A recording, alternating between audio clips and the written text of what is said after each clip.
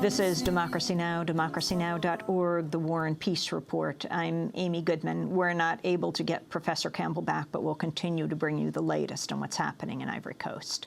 We're turning now, though, from the Pentagon to the private sector. That's the title of a new investigation by the Boston Globe that exposes how retiring generals are leaving the military in large numbers to take lucrative jobs in the defense industry with little concern for any conflicts of interest. The Globe analyzed the career paths of 750 of the highest-ranking generals and admirals who retired during the last 2 decades. The results are staggering. From 2004 through 2008, 80% of retiring 3- and 4-star officers went to work as consultants or defense executives. That compares with less than half who followed that path a decade earlier.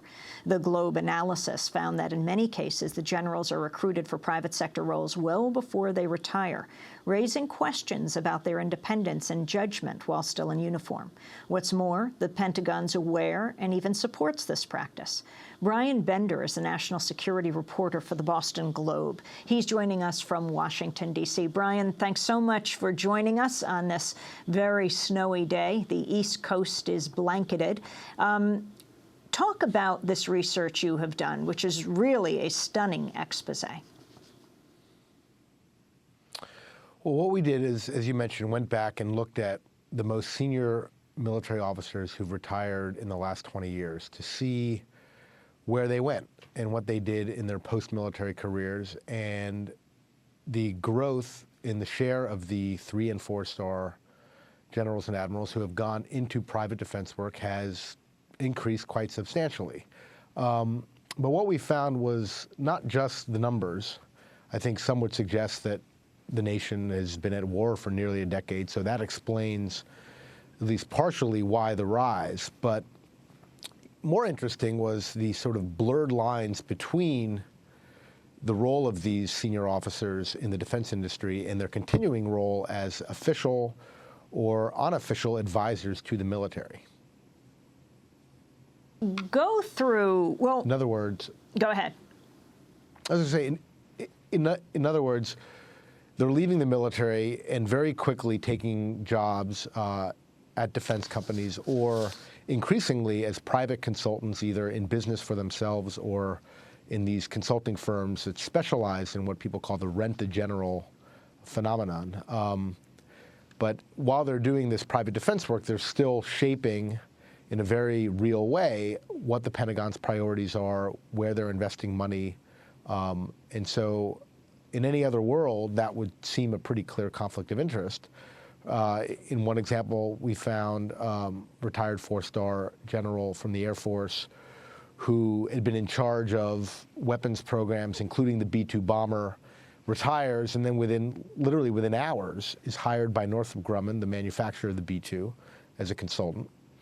And then very soon after is called back by the Air Force to help oversee a study of what's going to replace the B-2 bomber. So that's just one example of, again, these blurred lines between a private defense company official or consultant and an advisor to the Pentagon.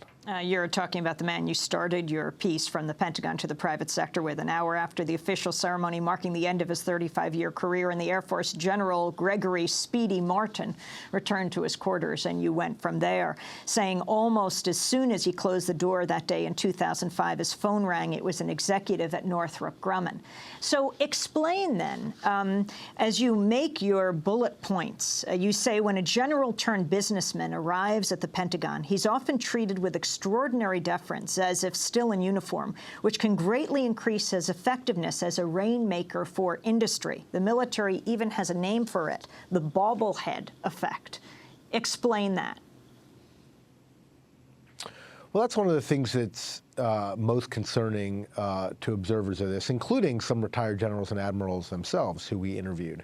And that is that it's quite well known that there's a revolving door in Washington. If you leave Congress, if you leave an executive department, you go be a lobbyist or a consultant to the very industry that you had a responsibility to oversee while you were in the government.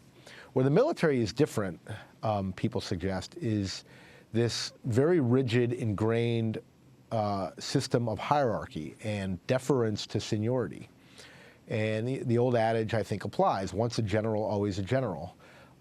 When you talk to some of the people who sit in some of these meetings of advisory panels and the sort of mind-numbing number of these commissions and other bodies that advise the military, if there's a retired four-star general in the room, he's going to get a level of respect. People are going to hear him out in a very real way, as if he's still a general and he didn't leave the military. And the bobblehead effect is a term that a few people used, which refers to those bobblehead toys where the head goes up and down. You get a retired general or admiral in many of these settings, and everybody's sitting around the table, particularly military officers who may have worked for that general when he was in uniform, he or she was in uniform, or certainly knew of him, knew the command that he or she had had.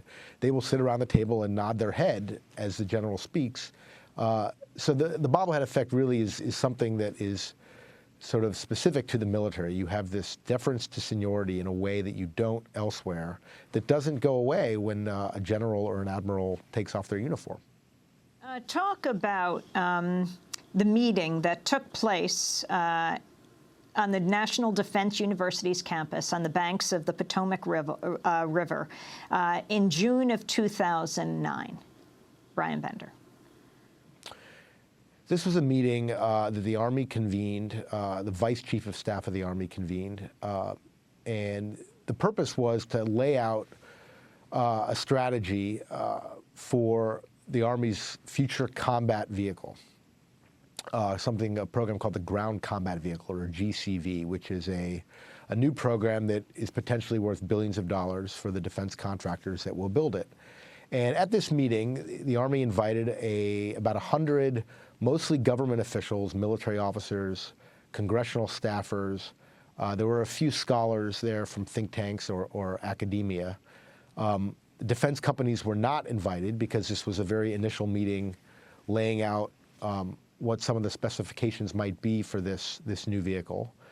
They had not awarded a request for companies to respond to yet. But at the meeting were a bunch of retired Army generals. And it turns out that many of them are private industry consultants, including for the companies that later bid on the ground combat vehicle contract when it came out.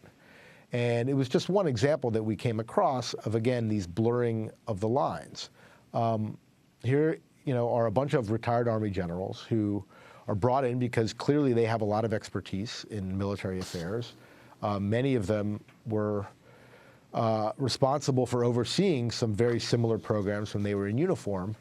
The Army seeking their advice, seeking their input as they craft this new major weapons program. Well, let's talk about Bryan. Brian, let's talk about who was there. Retired Army Lieutenant General William H. Campbell, who oversaw all the Army's information systems before leaving the service in 2000. Since 2002, he's been employed as a senior vice president at BAE Systems, one of the Army's primary weapons suppliers and a major bidder for the new ground combat vehicle. You emailed him. He wrote back, it's not a conflict of interest because he's in the electronics division of BAE, not the ground combat division.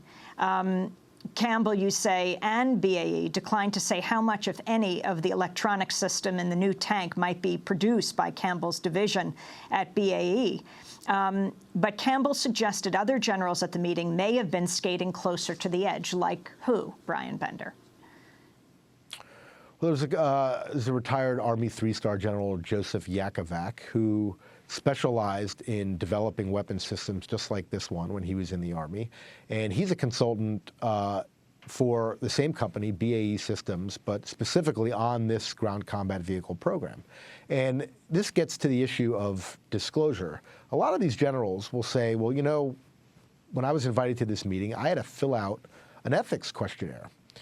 And many of them, if not all of them, did so, as far as I can tell. But that's where some people will come in and say, well, you know what?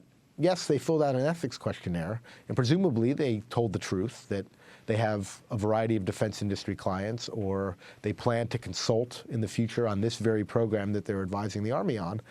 But I cannot find an example where anyone in a situation like that has been precluded from participating in a panel like that. And that's where some of the critics will say the process is broken. There's a lot of paperwork these generals have to fill out.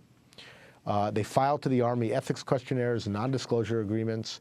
But from what I can tell, in most cases, those documents get stuck in a drawer somewhere or on a computer hard drive and basically disappear. No one ever reviews them. No one ever says, you know what, General, Jack Smith, or whatever his name is, has these industry consulting clients, and he's advising us on some very similar technologies. Maybe we shouldn't include him in this example. So that's where public disclosure comes in. And I think most people will say the problem with these disclosure forms is that there's no way for the public to know who's working for whom, particularly if they're a consultant. And that in the minds of some, there should be more disclosure, because at least there would be some sunlight on this process from the outside that might lead the Army and the other military services to do a better job of policing who is advising the military while they're also being paid by the very companies who could benefit from that advice. You mentioned retired General William S. Wallace, who ran the Army's Training and Doctrine Command before retiring in 2008, who said he wasn't representing one of the prospective bidders at the time of the meeting. Like the other participants, however, one of the ethics questions he was asked to answer according to a blank copy was whether he intended to consult in the future for a client that may have a direct interest in bidding on the new tank. Wallace didn't say how he answered that question, but explain what his job is now, Bryan Bender. Well, General Wallace, who, as you mentioned, ran the Training and Doctrine Command, which is basically the senior Army headquarters for determining what weapons and equipment the military, the Army should buy. He's now a private consultant, and one of his clients now is General Dynamics Land Systems Division, which is directly bidding on the ground combat vehicle program that he was brought to the National Defense University to advise on. And it gets to my earlier point.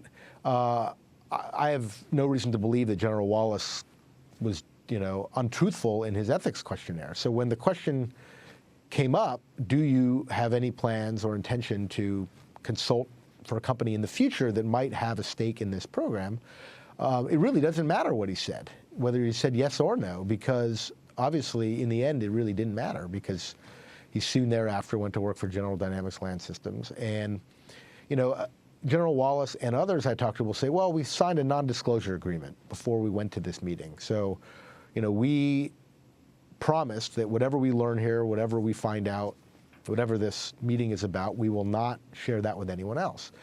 But that gets to this other issue, which some others raised, which is the policing mechanism basically is inside the brain of the general or admiral. As one put it, you have to have a firewall in your head. So some inside information, perhaps, that you got from a meeting like this or a variety of others in the Pentagon. But when you go to the boardroom or when you go meet with your client, you basically have to make sure that you don't download from one side of your brain to the other the information that you learned that you're not supposed to share with your client. And I think many will say that that's a minefield that is very difficult to walk. And that's why many people think that the generals shouldn't be in that position to begin with. And maybe one point I'll make, which is sort of a broader point. Even the most concerned critics of this phenomenon and how it's grown,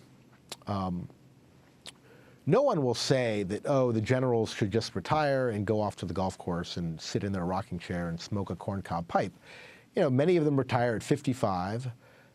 They're in great health. They've spent an enormous amount of years in the military. They certainly have an expertise that is valued.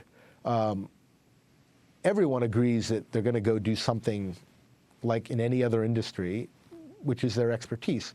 Where the real concern is again, the blurring of the lines. No one's saying they shouldn't go work for defense companies, but they probably shouldn't be also, in so many cases, advising the Pentagon on some of the very same issues that they're working on in the private sector. Bryan, And that particularly goes for the consulting arena. I want to go to a related issue. David Barstow, the twice Pulitzer Prize-winning New York Times reporter, who exposed how dozens of retired generals working as radio and television analysts have been co-opted by the Pentagon to make its case for the war in Iraq, and how many of them also had undisclosed ties to military contractors that benefited from policies they defended.